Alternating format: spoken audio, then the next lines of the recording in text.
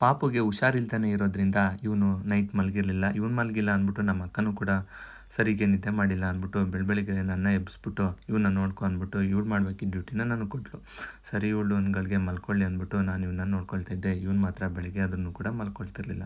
ಅದಾದಮೇಲೆ ನಮ್ಮಪ್ಪ wheat cutter ಸ್ವಲ್ಪ ಪ್ರಾಬ್ಲಮ್ ಆಗಿದೆ, ಇದನ್ನು ತೊಗೊಂಡು ಗ್ಯಾರೇಜ್ಗೆ ಹೋಗಬೇಕು ಅಂದ್ಬಿಟ್ಟು ಅದನ್ನು ಕಟ್ಕೊಡು ಬಾ ಅಂತ ಹೇಳಿದ್ರು. ಹಾಗೆ ನಾನು ಕಟ್ಕೊಟ್ಬಿಟ್ಟು ನಮ್ಮ ಅಪ್ಪನ ಕಳಿಸ್ಕೊಟ್ಬಿಟ್ಟು ನಾನು ಹೊಟ್ಟಿದ್ದೆ ಟೆಂಪಲ್ ಕಡೆ. ಈ ಟೆಂಪಲ್ ಬಂದು ಗಣೇಶ ಟೆಂಪಲ್. ಇದು ತುಂಬ ವರ್ಷಗಳಿಂದ ಓಪನ್ ಆಗಿರಲಿಲ್ಲ. ಹಾಗಾಗಿ ಇವಾಗ ಇದನ್ನು ಸ್ವಲ್ಪ ಎಲ್ಲ ರೆಡಿ ಮಾಡಿಬಿಟ್ಟು ಇವಾಗ ಓಪನ್ ಮಾಡಬೇಕಂತ ಓಪನಿಂಗ್ಗೆ ಇದು ರೆಡಿಯಾಗಿದೆ.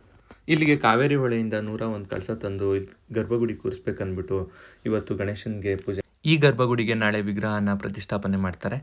ಈ ಟೆಂಪಲ್ ನೋಡಿಕೊಂಡು ನಾನು ಹೋಗಿದ್ದೆ ಈ ಟೆಂಪಲ್ ಪಕ್ಕದಲ್ಲೇ ಇರೋ ನಮ್ಮ ಕಾಲೇಜಿಗೆ. ನಾನು ಓದಿದ್ದು ಇದೇ ಹೈಸ್ಕೂಲ್ ಮತ್ತು ಇದೇ ಕಾಲೇಜ್ನಲ್ಲಿ. ಹಾಗಾಗಿ ನಮಗೆ ಈ ಗ್ರೌಂಡ್ ಮತ್ತು ಈ ಕಾಲೇಜು ಕಾರಿಡಾರು ಎಲ್ಲ ನಮಗೆ ಒಂಥರ ಫುಲ್ ಮೆಮೊರಿಬಲ್.